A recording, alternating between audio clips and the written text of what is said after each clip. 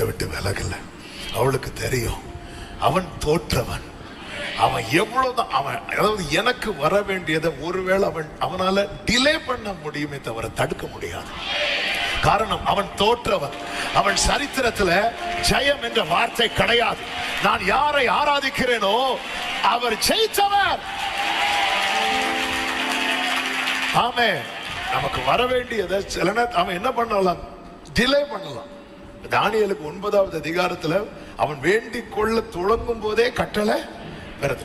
10வது அதிகாரத்துல பாத்தீங்கன்னா அப்படிதான் வந்துச்சு. ஆனா பெர்ஷியா நாட்டு அதிபதி மீகாவேல் சொல்லுவார், 21 நாள் என்னோட கூட போராடிட்டு இருந்தான். 21 நாள்.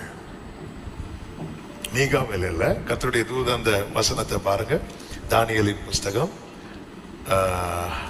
10வது அதிகாரம்.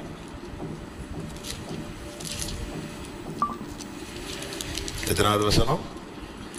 13வது வசனம் வாசிங்க. அதிபதி 21 நாள் மட்டும் என்னோடு எதிர்த்து நின்றான். ஆனாலும் பிரதான அதிபதிகளில் ஒருவனாகிய மீகாவேல் எனக்கு உதவியாக வந்தான்.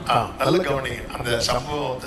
அதாவது தானியேலுக்கு அனுப்பப்பட்ட தூதன் யார் நமக்கு தெரியும். 9வது அதிகாரத்துல கேப்ரியல் தானியேலுக்கு அனுப்பப்படுவார். அதாவது 9:21 இருக்கு கேப்ரியல். அதாவது கேப்ரியல்னா தூது கொண்டு வர்றவர்.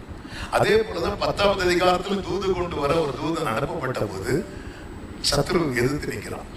நான் ஏற்கனவே சொல்லியிருக்கிறது, தூதர்கள் தங்களுக்கு கொடுக்கப்பட்ட வேலையை தள்ளி இன்னொரு வேலையை செய்ய மாட்டாங்க, செய்யக்கூடாது. அப்ப தூது கொண்டு வந்த தூதனால எதிர்த்து நிற்கிற சத்ருவை அடிக்க முடியும். ஆனா அவருக்கு அது இந்த டியூட்டி கொடுக்கல. அந்த டியூட்டி யாருக்கு கொடுக்கப்பட்டது தெரியுமா? மீகாவேலுக்கு கொடுக்கப்பட்டது. அதனால மீகாவேல் வர்றது வரை இவர் வெயிட் பண்ணிட்டு இருக்கிறார். மீகாவேல் என்ன பண்றாருன்னா ஃபைட் பண்ணி அடிச்சுட்டு பதில திருப்பி கீழே கொண்டு வரார். சில காரியத்துக்கு